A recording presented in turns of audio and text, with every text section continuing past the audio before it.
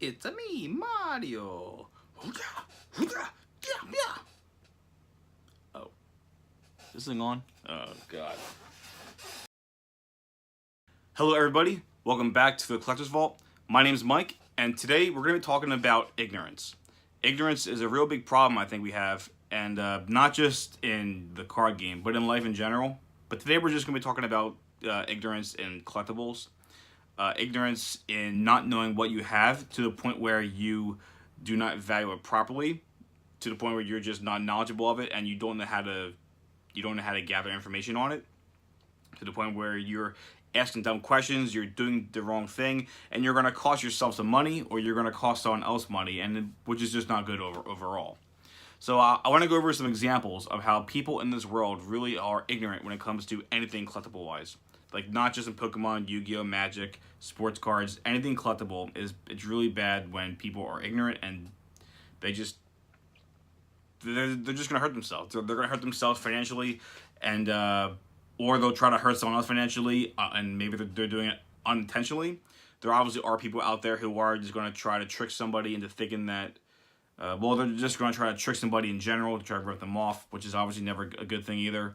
But we're going to focus today mainly about ignorance, because obviously when you're purposely trying to scam somebody, that's not you being ignorant. That's just you being a jerk. So we're going to talk today about when people are ignorant. One of the best examples I can think of, and I see it all the time, is when people are trying to sell. I mean, and we're going to focus on Pokemon and Yu-Gi-Oh for today, just because usually that's what I deal with. People will try to sell, let's say, like a Pokemon collection, and they'll have in their little binder a whole bunch of Pokemon cards, and you might even see something like this in there.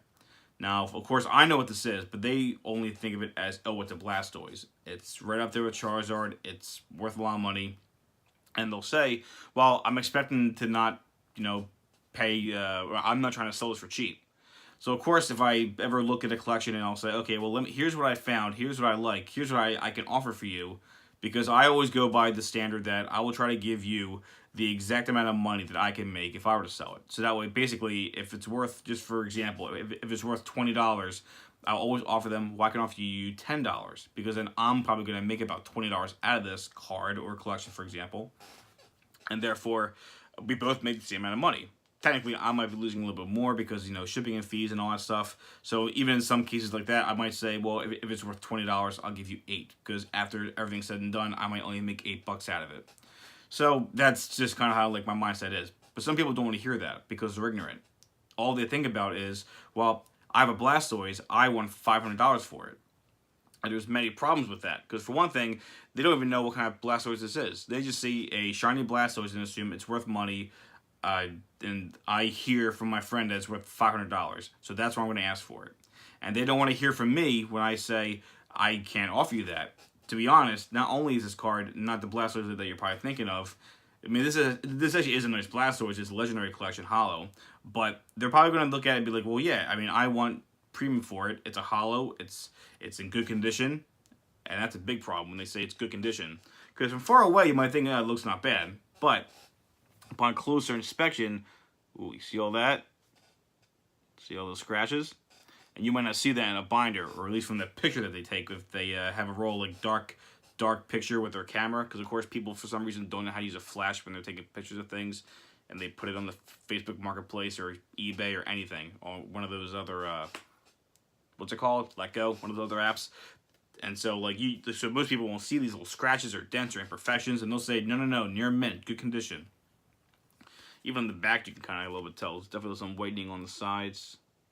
It's a little rough on the edges. But yeah, the point is, people are just ignorant and they don't realize what they have. So they're just going to look at this and be like, well, I want this for it. So they don't want to hear from someone like me when I say, to be honest, in near mint condition, this can probably go for around, maybe $40 if it's in really good shape. Maybe even more. I haven't checked the price on a near mint Legendary Collection Blasters in a while. But the point is, then they'll even say, well, if that's what it's going for, then I want that. And it's like, well, it's not that simple, because this is also not in the best condition. They think, oh, but it's not bad. And by them being not bad is to them, this, I hate having to sacrifice this card. So they might believe that a card like this would be considered, try to get into life for you guys. See, this card's clearly all bent up and beat up. They'll probably acknowledge, oh, okay, this card's beat up. But this card's fine, and it's not.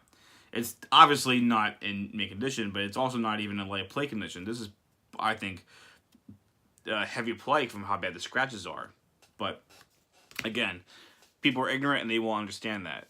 And what's worse is that when you try to tell them what it really is, they just don't want to hear it. And they'll, in many cases, I'm not saying in all cases, there are plenty of times where I talk to somebody and they do want to hear what I have to say. They do want to hear my opinion on it. They'll hear my my advice, and that's awesome. But then there's other people who just don't want to hear it. They know what they have, and they're wrong, but they don't want to hear you say that they're wrong. And then it comes to another situation of ignorance where it's kind of like it's like a reversal. Where let's say they don't have a card that is real beat up and they want to get top dollar for it. They might just have a big box full of commons, or I shouldn't even say commons. They just have a big box full of stuff and they say, well, $5 for the whole box. And believe me, that's what I prey on. That's what I would. Man, prey makes me seem like I'm like a monster. But what I mean is, like, when I see someone at like a yard sale or anything and they say, yeah, like $5 for the whole box, it's like, well, let me look in that box. Because immediately I'm thinking a big box full of stuff is like bulk. And I have a whole video on what I think bulk is, but I still want to look through it because God knows you go through bulk and you might find a gem. Who knows? Actually, just recently, if I can give you a good example, I was going through a big thing of bulk, and they had a... Oh, I don't have it. Where are you? I swear to God I have it. Nope. Nope. Am I just going insane? 3 hours later. Aha! Okay. So, I was going through a big box, and there was a Gold Star Mewtwo. Uh-huh. May look nice, but it actually is a little beat up. You can tell if there's actually you probably can't really tell, but it definitely has like a crease going through it. But I'll tell you what, for $5, I'm gonna look at this and be like, well, that's a good deal. Unfortunately, this person did not know what they had. I didn't even know what they had until I just took the whole box and I'm like, oh, look at that. So that was a nice find.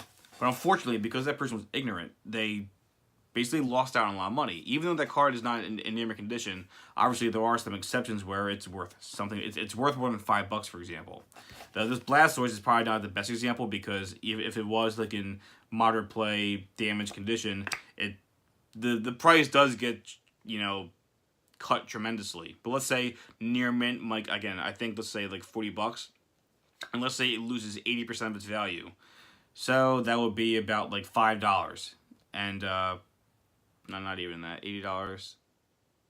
Yeah, basically it'll be down to like being like a $5 card. Sorry, I couldn't math for a second. Now a Gold Star Mewtwo, for example, is worth, well, a lot more than $40 in near mint condition. So if you were to take 80% off that, it's probably going to be somewhere around like $30 to $40, which is already well over the $5 I spent for that whole box.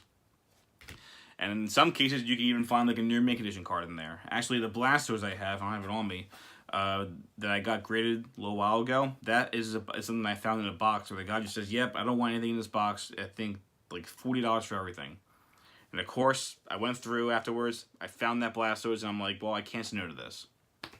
This guy, unfortunately, is now going to lose out because he just didn't know what he had. That's basically the form of him losing out on something.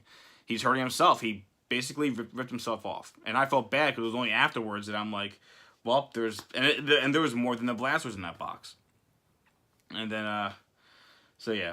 The next form of ignorance is when other people get involved in other people's business, to the point where it's one thing if they're knowledgeable of what they're talking about, but if they're ignorant and they also get involved in someone else's business, like whether it be a transaction or a trade or anything, that's the worst. I mean, I can't tell you how many times where me and my friends are out and we might be at the convention center for Yu-Gi-Oh or something, and you're trying to do like a trade or a sale, or you're trying to buy something, and someone just has to come over next to you, give you their 2 cents on, well, this card's worth a lot of money. I can't believe you're only buying it for $1. Or the other way around, where it's like, man, you should be asking like $100 for that. Don't you realize what it is? And it's like, dude, you're not involved in this transaction. You're not involved in this trade. Mind your own business. And this is not just me saying, oh, you're really ruining my deal of like getting of trying to rip this kid off. It's more like, well, what if I'm just simply trying to make a fair deal, and then you're giving him the wrong impression that the card is worth like $100 and it's really not. Uh, I don't really do a lot of that stuff in Pokemon usually, like at like the big convention centers. Mainly that's more Yu-Gi-Oh for me, and I can't tell you how many times some guy has like a $10 card, but they think it's worth like again like 50, 60, or even more, and their friends are saying, "Yeah, man, like don't get rid of that. It's worth that much money." And I have a hard time trying to convince them, "No, I'm sorry, it's not. And if you want me to give you full retail for this, I'll give you $10. But I'm not even going to give you full retail for this because I obviously want to make half my money back. So I'll give you $5 for this $10 card," and they do not want to hear it. And that's unfortunate, but it is what it is. Another situation is, oh gosh, a great example was actually online, where I was reaching out to people, saying, "Hey, I think it was maybe like during, I think it was during the holiday season or something," and I basically just putting out like a little ad or saying, "Hey, if anybody has anything that they're looking to get rid of, anything collectible wise, cards are a big one." And I said, "Yeah, if you have any collections laying around, let me know, hit me up, send me some pictures, and I'll see what I could do for you." And of course, it was in one of those like more public groups, and people were commenting saying, "Well, I have this, I have that." And normally, I like it when they send me a private message, and please, and for all you out there, just do that. That way, it's just between you and the buyer, or you and the seller, whoever. But some of the people were just sending comments on my post, and then anybody can see them. So of course, I have some people sending me a picture, like for example, they'll send me like a picture of this, and they're just saying, "Well, I have a big binder, and you'll notice that this is in the binder." And of course, from far away, regardless of the condition, if I see a binder with a few cards like this in here, or maybe even a higher end, of course I'm going to look at it and be like, "Yeah, I'm definitely interested in that." But again, I would prefer to send them like a private message. But then people just have to comment on these other posts where I'll say, "Yes, please send me some pictures of what you have, preferably private message." But if they don't, some random Joe Schmo is going to come along and say, "Whoa, whoa, whoa, whoa!" And this is a true story, by the way. "No, whoa, whoa! Don't do that. Don't sell to this guy. He's trying to rip you off." And they'll link an eBay listing of a PSA 10 first edition Blastoise and say, this kind of goes back to my old example, but like they'll have this in like the binder picture. Then this other guy comments like down below with a link saying, "Whoa, whoa, don't sell your card to this guy because your cards might be worth tens of thousands of dollars." And of course, in that link was the first edition Blastoise PSA 10. It wasn't even a completed listing. It was just an active listing for someone saying, "I want $10,000 of best offer." So this person is now going on Facebook, posting on here saying, "Whoa, don't sell this guy. He's going to rip you off. These cards are worth thousands of dollars." And then I have to be the bad guy to try to explain to every single person, including the one person who I was trying to make a deal with, or the multiple people that I'm making a deal with, and to this jerk who's just trying to be a smartass, I guess. I have to explain to them that no, this is not the same card in the picture. Please stop saying that.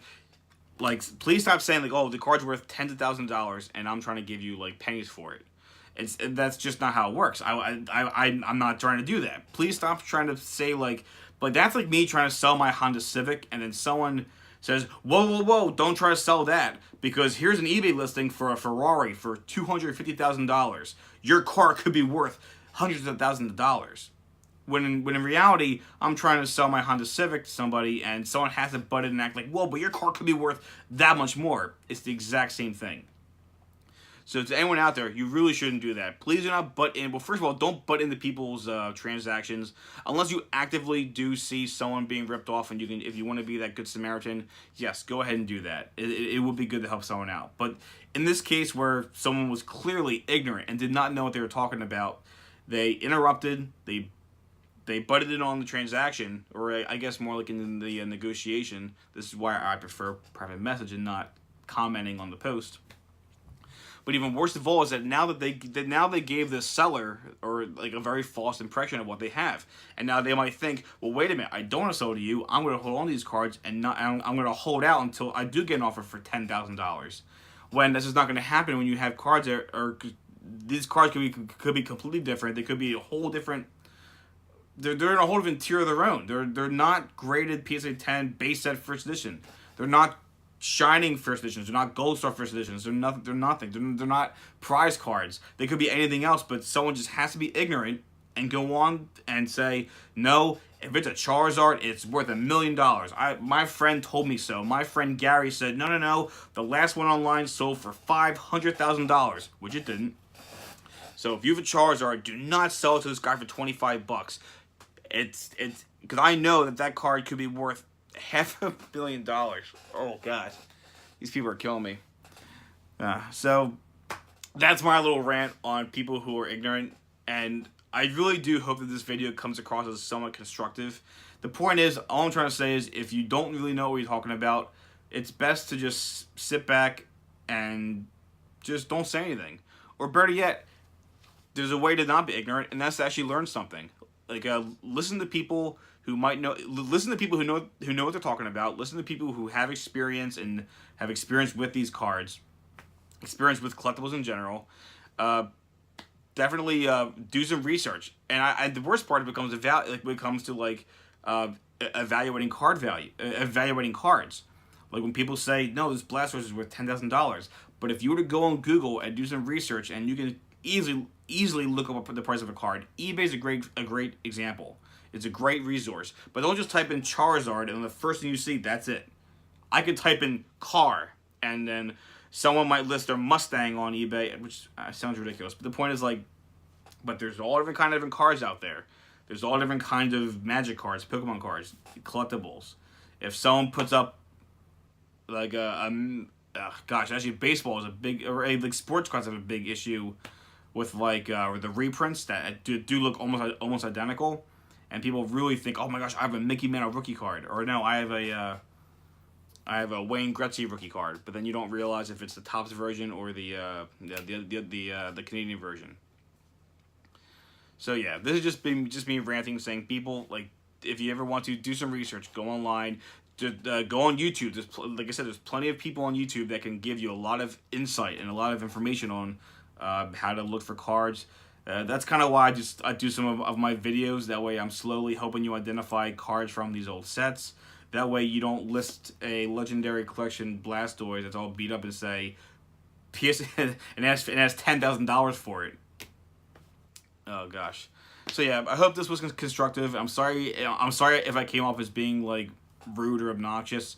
It's just it really is frustrating when people are just ignorant. It really is one of the most frustrating things we would ever deal with.